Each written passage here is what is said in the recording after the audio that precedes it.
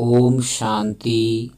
आइए सुनते हैं प्यारे बाप दादा की 8 जनवरी 2023 की मुरली। अव्यक्त बाप दादा। मुरली की हेडलाइन है निश्चय बुद्धि अमर भव। निश्चय बुद्धि अमर भव। आज बाप दादा सर्व अति स्नेही आदि से यज्ञ की स्थापना के सहयोगी अनेक प्रकार के आए हुए भिन्न भिन्न समस्याओं के पेपर में निश्चय बुद्धि विजयी बन पार करने वाली आदि स्नेही सहयोगी अटल अचल आत्माओं से मिलन मनाने आए हैं। निश्चय की सब्जेक्ट में पास हो चलने वाले बच्चों के पास आए हैं। यह निश्चय चाहे इस पुरानी जीवन में चाहे अगले जीवन में भी सदा विजय का अनुभव कराती रहेगी। निश्चय का अमर भाव का वरदान सदा साथ रहे। विशेष आज जो बहुत काल की अनुभवी बुजुर्ग आत्माएं हैं, उन्हों के याद और स्नेह के बंधन में बंधकर बाप आए हैं। निश्चय की मुबारक। एक तरफ यज्ञ अर्थात पांडवों के किले की जो नींव अर्थात फाउंडेशन आत्माएं हैं, वह भी सभी सामने हैं, और दूसरे तरफ आप अनुभवी आदि आत्माएं इस पांडवों के किले की दीवार की पहली ईंटें हो। फाउंडेशन भी सामने है और आदि ईंटें जिनके आधार पर यह किला मजबूत बन विश्व की छत्र छाया बना, वह भी सामने है। तो जैसे बाप ने बच्चों के स्नेह में जी हजूर हाजिर करके दिखाया, ऐसे ही सदा बाप दादा और निमित्त आत्माओं की श्रीमत व डायरेक्शन को सदा जी हाजिर करते रहना। कभी भी व्यर्थ मन मत व पर मत नहीं मिलाना। हाजिर हजूर को जान श्रीमत पर उड़ते चलो। समझा? अच्छा। मधुबन निवासियों को सेवा की मुबारक देते हुए बाप दादा बोले, अच्छा, विशेष मधुबन निवासियों को बहुत बहुत मुबारक हो। सारा सीजन अपनी मधुरता और अथक सेवा से सर्व की सेवा के निमित्त बने। तो सबसे पहले सारी जीवन में निमित्त सेवाधारी विशेष मधुबन निवासियों को बहुत बहुत मुबारक। मधुबन है ही मधु अर्थात मधुरता। तो मधुरता सर्व को बाप के स्नेह में लाती है। इसलिए चाहे हाल में हो चाहे चले गए हो, लेकिन सभी को विशेष एक एक डिपार्टमेंट को बाप दादा विशेष मुबारक सेवा की दे रहे हैं, और सदा अथक भाव मधुर भाव के वरदानों से बढ़ते उड़ते चलो। अव्यक्त बाप दादा की पर्सनल मुलाकात। नंबर 1, अलबेलापन कमजोरी लाता है, इसलिए अलर्ट रहो। सभी संगम योगी श्रेष्ठ आत्माएं होना। संगम युग की विशेषता क्या है जो किसी भी युग में नहीं है? संगम युग की विशेषता है, एक तो प्रत्यक्ष फल मिलता है और एक का पद्म गुणा प्राप्ति का अनुभव इसी जन्म में ही होता है। प्रत्यक्ष फल मिलता है ना। अगर एक सेकंड भी हिम्मत रखते हो तो मदद कितने समय तक मिलती रहती है। किसी एक की भी सेवा करते हो तो खुशी कितनी मिलती है। तो एक की पद्म गुणा प्राप्ति अर्थात प्रत्यक्ष फल इस संगम पर मिलता है। तो ताज़ा फ्रूट खाना अच्छा लगता है ना। तो आप सभी प्रत्यक्ष फल अर्थात ताज़ा फल खाने वाले हो, इसीलिए शक्तिशाली हो।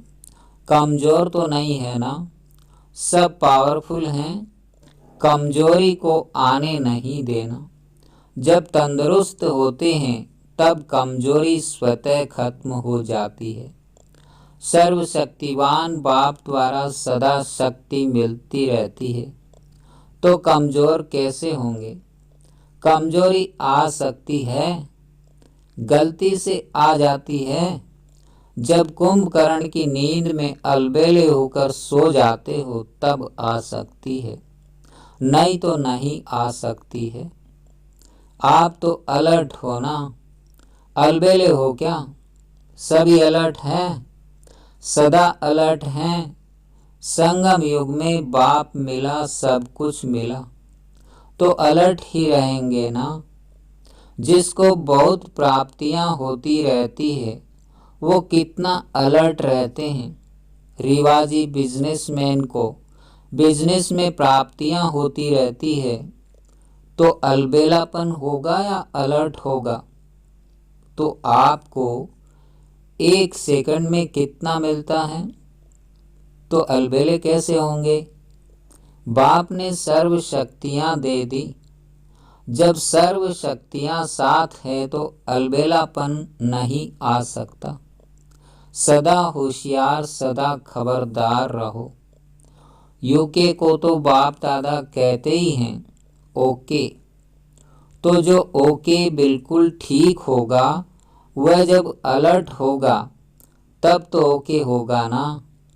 फाउंडेशन पावरफुल है, इसलिए जो भी टाल टालियाँ निकली है वह भी शक्तिशाली है।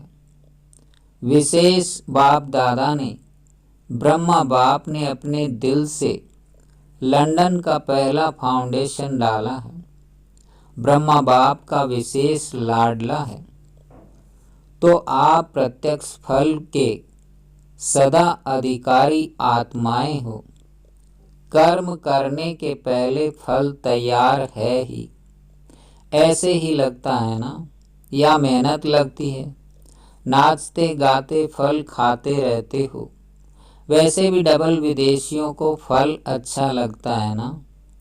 बाप दादा भी यूके अर्थात सदा ओके रहने वाले बच्चों को देख हर्षित होते हैं। अपना यह टाइटल सदा याद रखना, ओके। यह कितना बढ़िया टाइटल है। सभी सदा ओके रहने वाले और औरों को भी अपने चेहरे से, वाणी से, वृत्ति से ओके बनाने वाले। यही सेवा करनी है ना। अच्छा है, सेवा का शौक भी अच्छा है। जो भी जहाँ से भी आए हो, लेकिन सभी तीव्र पुरुषार्थी और उड़ती कला वाले हो। सबसे ज़्यादा खुश कौन रहता है? नशे से कहो मैं, सिवाय खुशी के और है ही क्या। खुशी ब्राह्मण जीवन की खुराक है। खुशी के बिना कैसे चलेंगे? चल रहे हो तो खुराक है, तभी तो चल रहे हो ना। स्थान भी बढ़ रहे हैं। देखो, पहले 3 पैर पृथ्वी लेना बड़ी बात लगती थी, और अभी क्या लगता है? सहज लगता है ना। तो लंदन ने कमाल की है ना। अभी 50 एकड़ ज़मीन मिली है।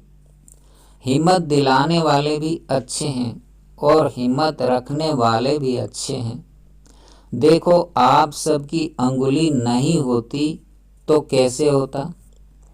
तो सभी यूके वाले लक्की हैं और अंगुली देने में बहादुर है। दूसरा, अपनी सर्व जिम्मेवारियां बाप को देकर बेफिक्र बादशाह बनो। सदा अपने को बेफिक्र बादशाह अनुभव करते हो या थोड़ा थोड़ा फिक्र है? क्योंकि जब बाप ने आपकी जिम्मेवारी ले ली तो जिम्मेवारी का फिक्र क्यों? अभी सिर्फ रेस्पॉन्सिबिलिटी है बाप के साथ साथ चलते रहने की। वह भी बाप के साथ साथ है, अकेले नहीं। तो क्या फिक्र है? कल क्या होगा ये फिक्र है? जाब का फिक्र है? दुनिया में क्या होगा ये फिक्र है? क्योंकि जानते हो कि हमारे लिए जो भी होगा अच्छा होगा। निश्चय है ना? पक्का निश्चय है या हिलता है कभी? जहाँ निश्चय पक्का है वहाँ निश्चय के साथ विजय भी निश्चित है। ये भी निश्चय है ना कि विजय हुई पड़ी है? या कभी सोचते हो कि पता नहीं होगी या नहीं? क्योंकि कल्प कल्प के विजयी हैं और सदा रहेंगे। ये अपना यादगार कल्प पहले वाला अभी फिर से देख रहे हो। इतना निश्चय है ना कि कल्प कल्प के विजयी हैं। इतना निश्चय है, कल्प पहले भी आप ही थे या दूसरे थे। तो सदा यही याद रखना कि हम निश्चय बुद्धि विजयी रत्न हैं। ऐसे रत्न हो जिन रत्नों को बाप दादा भी याद करते हैं। ये खुशी है ना? बहुत मौज में रहते हो ना इस अलौकिक दिव्य जन्म की और अपने मधुबन घर में पहुंचने की मुबारक। तीसरा, बाप और आप ऐसे कंबाइंड रहो जो कभी कोई अलग न कर सके। सभी अपने को सदा बाप और आप कंबाइंड हैं ऐसा अनुभव करते हो। जो कंबाइंड होता है उसे कभी भी कोई भी अलग नहीं कर सकता। आप अनेक बार कंबाइंड रहे हो, अभी भी हो और आगे भी सदा रहेंगे। ये पक्का है। तो इतना पक्का कंबाइंड रहना तो सदैव स्मृति में रखो कि कंबाइंड थे, कंबाइंड हैं और कंबाइंड रहेंगे। कोई की ताकत नहीं जो अनेक बार के कंबाइंड स्वरूप को अलग कर सके। तो प्यार की निशानी क्या होती है? कंबाइंड रहना। क्योंकि शरीर से तो मजबूरी में भी कहाँ कहाँ अलग रहना पड़ता है। प्यार भी हो लेकिन मजबूरी से कहाँ अलग रहना भी पड़ता है। लेकिन यहाँ तो शरीर की बात ही नहीं। एक सेकंड में कहाँ से कहाँ पहुँच सकते हो। आत्मा और परमात्मा का साथ है। परमात्मा तो कहाँ भी साथ निभाता है और हर एक से कंबाइंड रूप से प्रीत की रीत निभाने वाले हैं। हर एक क्या कहेंगे, मेरा बाबा है, या कहेंगे तेरा बाबा है। हर एक कहेगा मेरा बाबा है।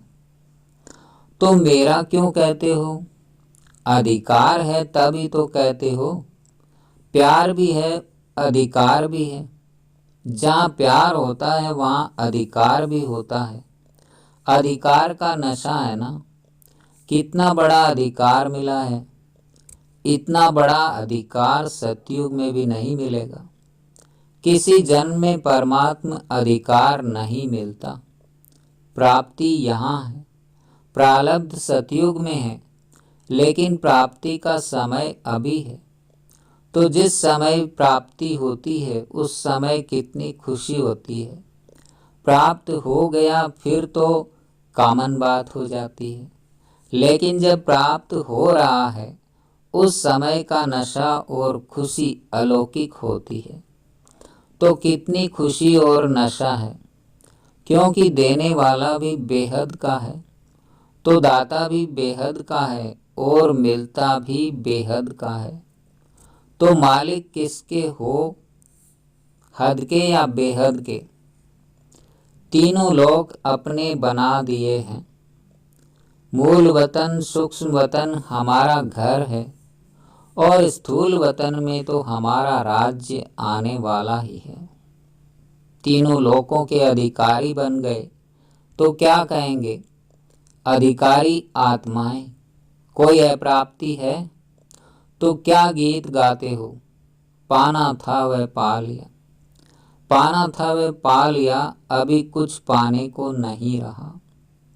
तो ये गीत गाते हो या कोई अप्राप्ति है? पैसा चाहिए, मकान चाहिए, नेता की कुर्सी चाहिए?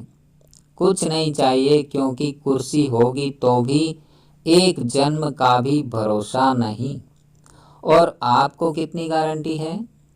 21 जन्म की गारंटी है। गारंटी कार्ड माया चोरी तो नहीं कर लेती है? जैसे यहाँ पासपोर्ट खो लेते हैं तो कितनी मुश्किल हो जाती है, तो गारंटी कार्ड माया तो नहीं ले लेती है, छुपी छुपी छुपा छुपी करती है। फिर आप क्या करते हो? लेकिन ऐसे शक्तिशाली बनो जो माया की हिम्मत नहीं। चौथा, हर कर्म त्रिकालदर्शी बनकर करो। सभी अपने को तख्त नशीन आत्माएं अनुभव करते हो। अभी तख्त मिला है या भविष्य में मिलना है? क्या कहेंगे? सभी तख्त पर बैठेंगे? दिल तख्त बहुत बड़ा है। दिल तख्त तो बड़ा है, लेकिन सतयुग के तख्त पर एक समय में कितने बैठेंगे? तख्त पर भले कोई बैठे, लेकिन तख्त अधिकारी रॉयल फैमिली में तो आएंगे ना। तख्त पर इकट्ठे तो नहीं बैठ सकेंगे। इस समय सभी तख्त नशीन हैं, इसलिए इस जन्म का महत्व है। जितने चाहें जो चाहें दिल तख्त नशीन बन सकते हैं। इस समय और कोई तख्त है? कौन सा? अकाल तख्त। आप अविनाशी आत्मा का तख्त ये भ्रकुटी है, तो भ्रकुटी के तख्त नशीन भी हो और दिल तख्त नशीन भी हो। डबल तख्त है ना। नशा है कि मैं आत्मा भ्रकुटी के अकाल तख्त नशीन हूँ। तख्त नशीन आत्मा का स्वैप राज्य है, इसलिए स्वराज्य अधिकारी है। स्वराज्य अधिकारी हूँ यह स्मृति सहज ही बाप द्वारा सर्व प्राप्ति का अनुभव कराएगी। तो तीनों ही तख्त की नॉलेज है। नॉलेजफुल होना, पावरफुल भी हो या सिर्फ नॉलेजफुल हो। जितने नॉलेजफुल हो उतने ही पावरफुल हो, या नॉलेजफुल अधिक पावरफुल कम? नॉलेज में ज़्यादा होशियार हो। नॉलेजफुल और पावरफुल दोनों ही साथ साथ। तो तीनों तत्व की स्मृति सदा रहे। ज्ञान में तीन का महत्व है। त्रिकालदर्शी भी बनते हैं, तीनों कालों को जानते हो या सिर्फ वर्तमान को जानते हो? कोई भी कर्म करते हो तो त्रिकालदर्शी बनकर कर्म करते हो या सिर्फ एकदर्शी बनकर कर्म करते हो? क्या हो, एकदर्शी या त्रिकालदर्शी? तो कल क्या होने वाला है वह जानते हो? कहो, हम यह जानते हैं कि कल जो होगा वह बहुत अच्छा होगा। ये तो जानते हो ना, तो त्रिकालदर्शी हुए ना। जो हो गया वो भी अच्छा, जो हो रहा है वह और अच्छा, और जो होने वाला है वह और बहुत अच्छा। यह निश्चय है ना कि अच्छे से अच्छा होना है, बुरा नहीं हो सकता। क्यों? अच्छे से अच्छा बाप मिला, अच्छे से अच्छे आप बने, अच्छे से अच्छे कर्म कर रहे हो, तो सब अच्छा है ना कि थोड़ा बुरा थोड़ा अच्छा है? जब मालूम पड़ गया कि मैं श्रेष्ठ आत्मा हूँ, तो श्रेष्ठ आत्मा का संकल्प बोल कर्म अच्छा होगा ना। तो यह सदा स्मृति रखो कि कल्याणकारी बाप मिला तो सदा कल्याण ही कल्याण है। बाप को कहते ही हैं विश्व कल्याणकारी, और आप मास्टर विश्व कल्याणकारी हो। तो जो विश्व का कल्याण करने वाला है उसका अकल्याण हो ही नहीं सकता। इसलिए यह निश्चय रखो कि हर समय, हर कार्य, हर संकल्प कल्याणकारी है। संगम युग को भी नाम देते हैं कल्याणकारी युग। तो अकल्याण नहीं हो सकता। तो क्या याद रखेंगे? जो हो रहा है वह अच्छा, और जो होने वाला है वह बहुत बहुत अच्छा। तो यह स्मृति सदा आगे बढ़ाती रहेगी। अच्छा, सभी कोने कोने से बाप का झंडा लहरा रहे हो।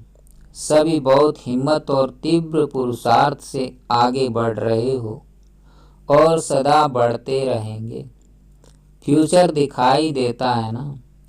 कोई भी पूछे आपका भविष्य क्या है, तो बोलो हमको पता है, बहुत अच्छा है। अच्छा, वरदान। अपने मस्तक पर श्रेष्ठ भाग्य की लकीर देखते हुए सर्व चिंताओं से मुक्त बेफिक्र बादशाह भव। बेफिक्र रहने की बादशाही सब बादशाहियों से श्रेष्ठ है। अगर कोई ताज पहनकर तख्त पर बैठ जाए और फिक्र करता रहे तो यह तख्त हुआ या चिंता। भाग्य विधाता भगवान ने आपके मस्तक पर श्रेष्ठ भाग्य की लकीर खींच दी। बेफिक्र बादशाह हो गए।